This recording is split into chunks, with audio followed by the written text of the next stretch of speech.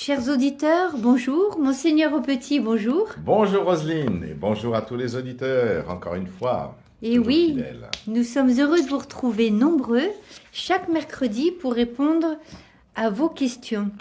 Alors, Monseigneur, aujourd'hui, une de nos auditrices vous pose plusieurs questions sur la vie après la mort.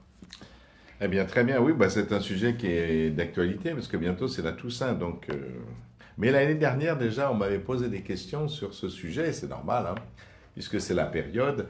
Et comme tout professeur, c'est quelqu'un qui répète toujours la même chose, eh bien, je vais peut-être répéter la même chose. Enfin, j'espère, parce que si je dis le contraire de ce que j'ai dit l'année dernière, ça va pas aller, hein. Nous sommes tout oui, Monseigneur. Tout de suite. Alors, la première question, que dit l'Église catholique sur ce qui se passe après la mort?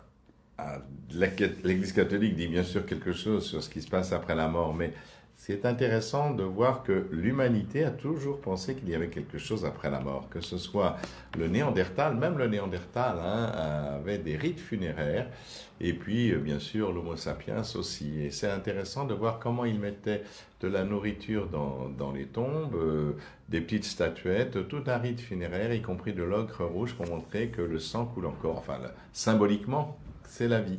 Et c'est très récent, hein, le fait de ne pas croire quelque chose après la mort. Je pense que c'est une diminution peut-être de l'intelligence humaine, enfin de l'intelligence des choses spirituelles. Donc l'Église, bien sûr, croit qu'il y a quelque chose après la mort. Elle croit tout d'abord que nous avons une âme spirituelle et que cette âme spirituelle, elle, n'est pas mortelle parce que justement, elle est insufflée par Dieu. Contrairement à l'âme, c'est le principe d'animation, le principe de vie, si vous voulez. Et comme le principe de vie, l'âme humaine est spirituelle, elle est spirituelle grâce à Dieu qui insuffle son esprit dans l'humanité, dans cette âme spirituelle, et donc elle rejoint Dieu au moment de la mort. Voilà. Après, le corps, lui, est soumis à la décomposition, mais ce n'est pas le dernier mot de l'Église, puisque le Christ lui-même étant ressuscité, quand le Christ reviendra, au retour du Christ qu'on appelle la parousie, eh bien, nous ressusciterons, nos corps ressusciteront. C'est pour ça qu'il faut prendre soin de son corps, ne pas l'enterrer n'importe comment, ne pas en faire n'importe quoi, parce que ce corps-là, qui a été le nôtre, c'est une personne et corps et âme tout entière. Et si l'âme rejoint Dieu au moment de la mort, eh bien, le corps, lui, ressuscitera au moment du retour du Christ. Voilà ce que dit l'Église, parce que, effectivement, l'âme humaine est spirituelle et donc est appelée à rejoindre Dieu, c'est-à-dire en fait à la vie éternelle. Mais qu'est-ce que la vie éternelle, Monseigneur? La vie éternelle. Eh bien, la vie éternelle, bon, c'est quoi la vie déjà? C'est très compliqué. La vie, c'est quoi? C'est une matière inerte qui devient vivante. Et comment elle devient vivante? Alors, dans la Bible, on dit que c'est Dieu qui crée les êtres vivants, mais cette vie, l'émergence de la vie est quand même quelque chose d'étonnant. Jacques Monod disait au XXe siècle que le monde n'était pas gros de la vie. Mais aujourd'hui, les scientifiques disent exactement le contraire. Les constantes qui nous entourent sont tellement infimes, c'est-à-dire qu'il suffit de bouger l'une d'entre elles de très très peu, une probabilité quasiment nulle, la vie ne serait jamais apparue. Et donc tout était comme préparé pour que la vie apparaisse. Mais il s'agit bien sûr de la vie organique. Mais la vie organique est le reflet d'autre chose. La vie organique est le reflet de la vie tout court. Quand Jésus parle de la vie en abondance, je suis venu pour qu'ils aient la vie en abondance, il ne s'agit pas bien sûr de la vie organique. Il s'agit de la vie qui vient de Dieu et donc la vie éternelle. D'ailleurs, dès le commencement dans le livre de la Genèse, au paradis, l'homme et la femme ont accès à l'arbre de vie. Mais qu'est-ce que c'est que cet arbre de vie? C'est l'immortalité. Dans toutes les mythologies, on dit clairement que dans tous les paradis mythologiques, que ce soit en Perse, en Grèce, etc., il y a un arbre de vie au milieu du paradis, c'est le jardin des dieux très exactement, mais il n'y a que les dieux qui ont accès, c'est les dieux qui sont immortels, pas l'humanité. Mais dans la Bible, justement, l'homme et la femme, dès le commencement, dans la volonté divine, ils sont appelés à la vie éternelle puisqu'ils ont accès à l'arbre de vie. Voilà ce que ça signifie. Donc la vie éternelle, c'est celle qui se passe en communion avec Dieu. D'ailleurs, qu'est-ce que c'est que le paradis? Jésus ne dit rien du tout. Il ne décrit pas des choses invraisemblables avec des cocotiers et comme certains autres dit vierges à l'arrivée. Merci pour les vierges en attendant. Mais c'est pour ces messieurs. Non, mais n'empêche, qu'est-ce que dit Jésus? Il dit, tu seras avec moi au paradis. C'est au moment de sa mort, hein? Et c'est le bon larron qui se tourne vers lui, qui lui dit, souviens-toi de moi quand tu seras dans ton royaume. Aujourd'hui, pas demain, c'est pas une promesse, c'est aujourd'hui même, tu seras avec moi au paradis. Et donc le paradis, c'est d'être avec Dieu. Le paradis n'est pas un lieu, n'est pas quelque chose qu'on pourrait imaginer. Le paradis, c'est vraiment être avec Dieu. C'est dans la communion divine. On entre dans la communion divine. Ce qui se passe effectivement avec l'âme spirituelle qui viendra reformer le corps ou réanimer le corps, plus exactement, de façon à ce que la personne tout entière, corps et âme, vive dans l'intimité divine. Donc, pour reprendre la toute première question sur ce qui se passe après la mort, ça n'est pas tant qu'on va faire des choses qu'on est en communion avec Dieu. Oui, c'est ça. Mais la communion avec Dieu, c'est la chose la plus intéressante qu'on puisse avoir à faire. Parce que le reste, je sais pas, on peut toujours bricoler. D'ailleurs, on passe sa vie à bricoler. Mais là, vous voyez, c'est autre chose. Mais on ne va pas s'ennuyer, contrairement à ce qu'on pense. Parce que nous, on s'ennuie parce qu'on découle le temps.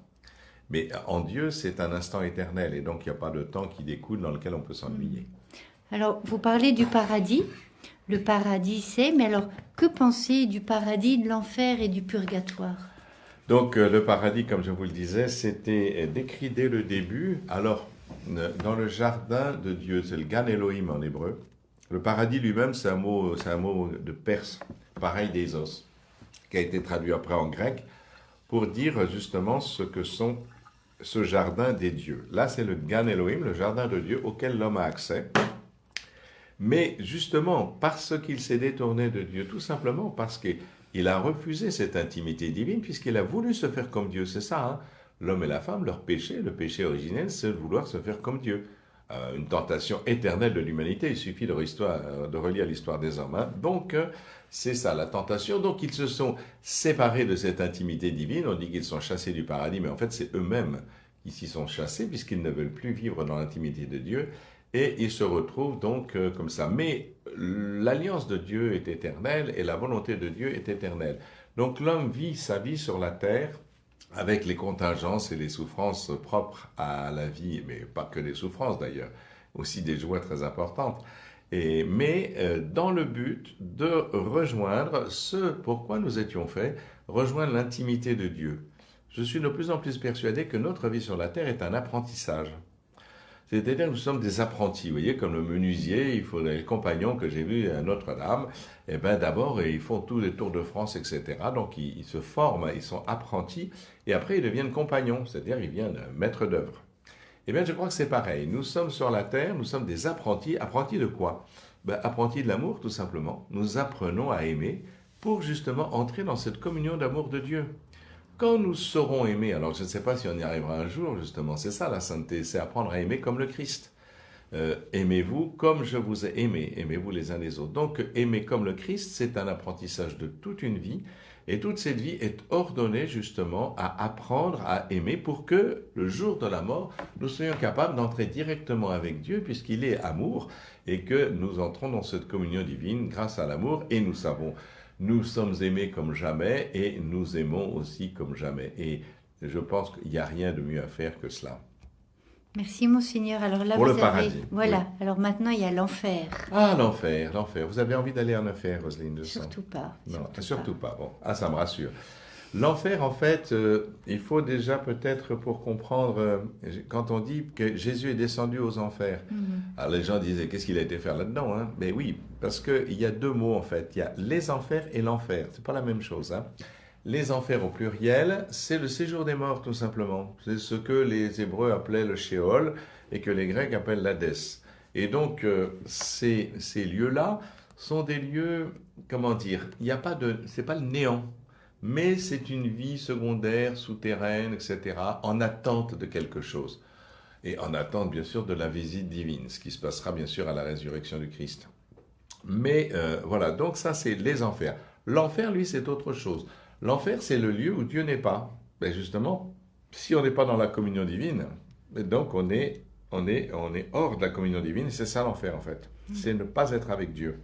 Et c'est se retrouver face à soi-même, face à sa misère, c'est-à-dire vivre tout ce qui nous a entraînés vers le mal, au fond, et que nous vivons de manière éternelle. Mais bon, est-ce qu'on peut refuser l'amour? Ça, je ne sais pas. Hein. faudrait que notre liberté soit quand même assez faussée, mais c'est possible, hein, c'est possible. L'Église n'a jamais dit que quelqu'un était en enfer, mais elle n'a jamais dit que personne n'y était. Et en plus, c'est compliqué parce que, comme Jésus dit à propos de Judas, il aurait mieux valu pour lui qu'il ne naisse pas. Qu'est-ce que cela veut dire? Bon, je ne veux pas aller plus loin parce que ça serait trahir la pensée du Christ. Mais donc, l'enfer. Alors, Jésus parle de l'enfer, mais il parle surtout de Géhenne, vous voyez, c'est assez étonnant quand il parle de la Géhenne. C'est quoi la Géhenne? En fait, c'est une rivière qui entoure Jérusalem. Il y a 3 rivières autour de Jérusalem. On connaît le plus célèbre, c'est le Cédron, parce que le Seigneur le passait souvent. Mais il y a la Géhenne. Alors, c'est une rivière qui bordait Jérusalem et dans laquelle on brûlait les ordures. Donc, l'image était forte. Hein. Donc, on brûlait les ordures. Donc, brûler les ordures, c'est ça l'enfer. Et donc, il y avait aussi un lieu abominable qui s'appelait le Tophet, dans cette vallée de la Géhenne. C'était l'abomination de la désolation qui revient souvent dans la Bible, quand les Juifs, quand un roi juif comme Manassé ou d'autres encore, avaient l'impression que Dieu ne les écoutait pas, ils se tournaient vers d'autres dieux, et notamment ce fameux dieu Moloch Baal à qui on sacrifiait des enfants. Et donc, des Juifs ont sacrifié leurs enfants sur le Tophet, et donc c'est pour ça que c'est un lieu abominable. Et Jésus emploie ce terme de Géhenne pour bien montrer que l'enfer, c'est quelque chose, c'est le lieu de l'abomination. Et il nous reste le purgatoire. Ah, purgatoire. Ça me fait sourire parce que, vous savez, les médecins de Molière surtout, fallait purgarer, c'est ignarer. Purgarer, c'est-à-dire purger. Il faut purger. Voilà. Alors, c'est pas avec un lavement, rassurez-vous, ni avec un clistère. Là, la purgatoire, c'est une purification que Dieu opère pour nous ajuster. Si on a été de mauvais apprentis, il faut bien que quelqu'un nous apprenne. C'est-à-dire que tout ce que nous avons manqué à l'amour, eh bien, est purifié pour que nous puissions nous ajuster à Dieu. C'est ça le purgatoire. Nous ajustons à Dieu qui est l'amour parfait, absolu et définitif. Et que nous, si nous avons manqué à l'amour, eh bien, nous nous ajustons à Dieu. Nous sommes ajustés à Dieu par cette purification.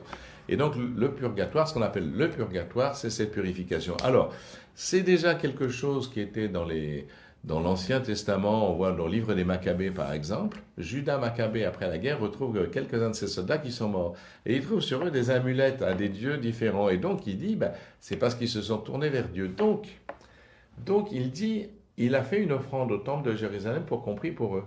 Qu'on prie pour les morts, pour que justement ces gens qui étaient pécheurs puissent être purifiés. Après, Saint Paul parle de purification, etc. Mais c'est la purification. Le mot purgatoire, conçu comme lieu, n'apparaît qu'au XIIe siècle. Alors, chère Roselyne, puisque vous avez fait vos études en même temps, c'est apparu dans un endroit que vous connaissez bien qui s'appelle l'École cathédrale de Paris. Et les gens, c'était des professeurs avec des noms plus marrants que ceux qu'on avait, c'est-à-dire Odon d'Ourscan ou Jacques le Mangeur. Et ce sont eux qui ont inventé le mot purgatoire, le substantif. Parce que du coup, il y a une perception haute. Jusqu'à présent, la purification, c'était la purification. Elle n'appartenait ni au temps, ni à un lieu. Or, à ce siècle, du XIIe siècle, l'esprit humain change. Et notamment sur la spatialisation et la temporalisation des choses. Et donc, on va faire du purgatoire un lieu et quelque chose dans le temps. Alors que ce n'était pas forcément la chose de départ. C'est une purification. Donc, il apparaît le purgatoire comme un lieu. Alors, voilà, ça c'est une découverte, enfin une découverte, je ne sais pas si c'est une découverte, parce que je ne suis pas sûr que ce soit exact, d'ailleurs, que ce soit un lieu, mais c'est plutôt un état. Moi, je pense que c'est un état plutôt qu'un lieu, et puis ça découle dans le temps, mais ça, c'est vraiment quelque chose qui vient de ce lieu où nous avons étudié nous-mêmes, donc à l'École cathédrale de Paris, au XIIe siècle. Intéressant, non? Très intéressant. Mais alors, Monseigneur, après nous avoir parlé du paradis, de l'enfer et du purgatoire, je pense que nous avons tous envie d'avoir accès au paradis. Mais alors, est-ce que tous les hommes y ont accès ou c'est réservé à ceux qui croient en Jésus? Il suffit d'écouter Michel Polnareff, on ira tous au paradis, même moi, qu'on croit en Dieu, qu'on n'y croit pas. Non, évidemment, c'est pas si simple. La question, c'est ceux qui croient en Jésus. Le paradis, c'est pas moi qui ouvre les portes du paradis, c'est le Christ. C'est le Christ qui ouvre. Alors, il y a des gens qui n'ont pas connu le Christ. Est-ce que ceux-là, parce qu'ils n'ont pas connu le Christ, sont chassés du paradis? Non. Quand ils vont le découvrir et qu'ils vont le connaître en vérité, peut-être qu'ils ont eu une vie tout à fait exemplaire, ils ont été extrêmement généreux, ils se sont occupés des autres, sans connaître le Christ. vous pensez bien que le Christ les reconnaîtra, parce que ce que tu as fait au plus petit d'entre les miens, c'est à moi que tu l'as fait. Donc, c'est plutôt comment, même sans le savoir, on s'ajuste à l'évangile de notre Seigneur Jésus-Christ. Ben, c'est sûr que c'est plus facile quand on connaît Jésus-Christ, parce que le fait d'entrer en intimité avec lui nous aide vraiment à regarder les autres autrement, me semble-t-il. Et donc voilà pourquoi, effectivement, nous sommes tous destinés au paradis. Alors, on peut le refuser dans notre liberté, puisque la liberté reste intègre, puisque s'il n'y a pas de liberté, il n'y a pas d'amour. Et comme notre destinée, c'est l'amour, vous faites de ce que vous voulez de votre liberté. Il faut donc que la liberté soit pleine et entière, donc la possibilité de refuser ce salut de notre Seigneur Jésus-Christ. Alors, dans le même sens, comment comprendre cette phrase qui est bien connue et que vous avez travaillé assidûment, je crois, dans votre jeune temps de séminariste, hors de l'Église, point de salut? Est-ce que cela veut dire qu'il nous faut être baptisés pour être sauvés? Alors, cette phrase-là vient de Cyprien de Carthage. Cyprien de Carthage, c'est un berbère qui vivait en l'an 200 à peu près, entre 200 et 258. Et donc, ce Cyprien de Carthage, d'ailleurs, qui est mort martyr, il avait écrit cela à cause des hérésies qu'il y avait autour. Donc, pour resituer l'Église de Jésus-Christ, fondée par Jésus-Christ, pour éviter que les hérétiques fichent le camp dans tous les sens, il a dit ça, hors de l'Église, point de salut. Donc, c'est quelque chose de très spécifique à cette époque. Et c'est vrai que l'Église, le Concile Vatican II, pour revenir à notre époque, dit que l'Église est sacrement du salut. C'est-à-dire, qu'est-ce que c'est qu'un sacrement? C'est le signe efficace de la grâce. C'est-à-dire que par l'Église, on est sûr d'arriver au Christ, parce que c'est l'Église qui nous donne le corps du Christ. C'est l'Église qui nous pardonne les péchés, ou plus exactement, c'est Jésus qui, dans son Église, donne son corps. C'est Jésus qui, dans son Église, pardonne les péchés. Et donc, c'est vrai que l'Église est sacrement du salut, parce qu'au moins on est sûr, en recevant ces sacrements de Dieu, ça vient de Christ, hein, c'est bien lui qui opère. Quand je baptise, c'est Jésus qui baptise. Quand je célèbre la messe, c'est le Christ qui célèbre la messe. Quand je pardonne, c'est le Christ qui pardonne. Et donc, c'est lui vraiment qui pardonne parce qu'il a voulu le faire dans cette Église-là pour qu'il y ait un signe effectif, quelque chose de visible, que ce ne soit pas simplement vaguement éthéré. Et donc, c'est quelque chose de concret, de précis. Quels que soient les péchés de cette Église ou les péchés de ceux, peut-être pas l'Église qui est pécheresse, hein, c'est les hommes qui la composent, c'est les personnes qui la composent, c'est les chrétiens qui peuvent être pécheurs. Mais c'est quand même elle qui est le signe efficace de la grâce, c'est-à-dire que si vous recevez les sacrements de cette Église dans des dispositions adéquates, eh bien voilà, ça opère le salut, c'est le signe efficace de la grâce, l'Église, et comme le disait le Concile Vatican II. Et voilà comment on pourrait comprendre aussi cette phrase de Saint Cyprien de Carthage. Merci, Monseigneur. Alors, si j'ai bien compris, les âmes qui sont au purgatoire vont nécessairement aller au paradis, puisqu'elles vont être suffisamment purifiées, ajustées à l'amour de Dieu. Alors, faut-il avoir peur du purgatoire si c'est une antichambre du paradis? Normalement, on ne devrait plus avoir peur, mais... Alors, une antichambre, c'est situé comme un lieu. Donc, effectivement, le purgatoire, c'est pour se purifier, pour aller jusqu'à Dieu. C'est pour rentrer dans l'amour de Dieu. Donc, effectivement, si on est purifié par le purgatoire, par ce qu'on appelle le purgatoire, par la purification que Dieu opère en nous, pour nous ajuster à lui, bah oui, c'est effectivement pour rentrer dans cette communion avec lui qu'on appelle le paradis. Donc, oui, il n'y a pas de raison d'avoir peur du purgatoire. Hein. Pas du tout. Alors, nous, on peut opérer de notre côté, bien sûr, hein, pour prier pour les âmes du purgatoire, comme on dit, c'est-à-dire celles qui se purifient encore. Et le meilleur qu'on puisse faire, c'est de dire les messes, parce que la messe, c'est le lieu du salut, c'est le Christ qui se donne, et c'est le sacrifice du Christ qui est rendu présent, très exactement. Hein. Ce que nous faisons quand on parle de mémoire, c'est pas se rappeler d'un vieux truc que Jésus a fait autrefois, hein. C'est établir un fait, c'est-à-dire, c'est comme si on était à la Sainte Seine. C'est ça un mémorial pour un juif. Il ne faut pas confondre avec le mémoire comme quelque chose dont on se souvient.